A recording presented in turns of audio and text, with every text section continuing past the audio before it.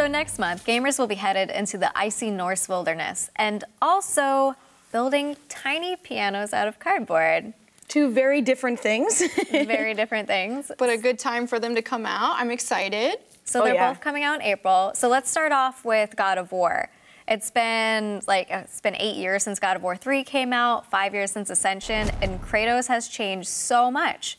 I love it that he's in total dad mode right now. It's like, because he was a lot more rambunctious in past games, so now all of a sudden we see this responsible father. He's even got the beard to match, and it's like, wow. He took He's transformed. I am so excited for that, and I'm just so curious about how the story is going to play out, and seeing this new light and this new side of Kratos is going to be awesome. Oh yeah, and now with, you know, the previous games were based off of Greek mythology. This one's based on Norse mythology. And so that's interesting.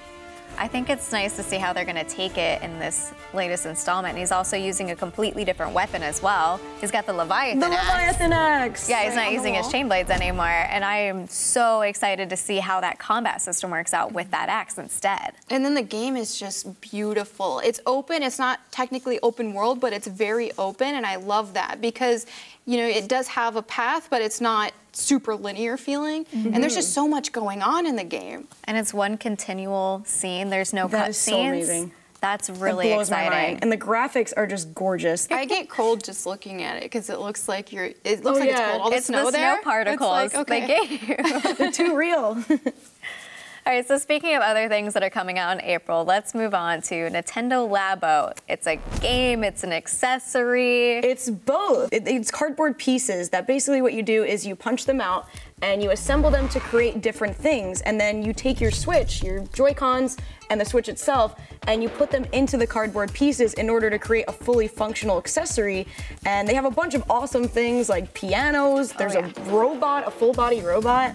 So there's two different kits. We have a robot kit and then we have a variety kit. So the variety kit's gonna come with your piano.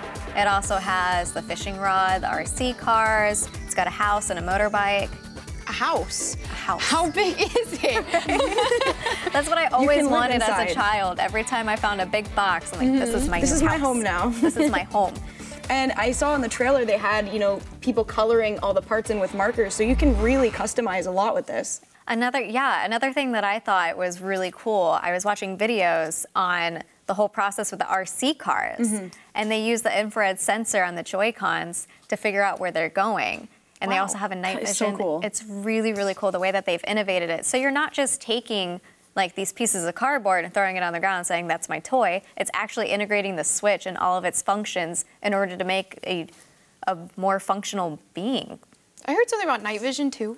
Yeah. Like, that's insane. And night vision? Don't you want to turn your Joy-Cons away now? Yes. Don't look at me.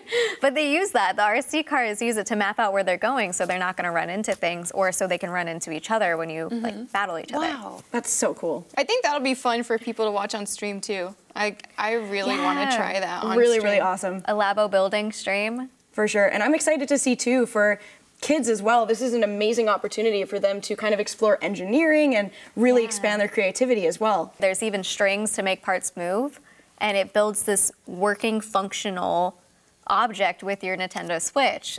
And that's just awesome. It's so cool. I'm always impressed by the way Nintendo innovates, because they're like, here's a cardboard box, but actually you can build a house out of it. All right, so we do need to take a quick break, but when we come back, Meg and Melanie will celebrate the 1-year anniversary of the Nintendo Switch right after this.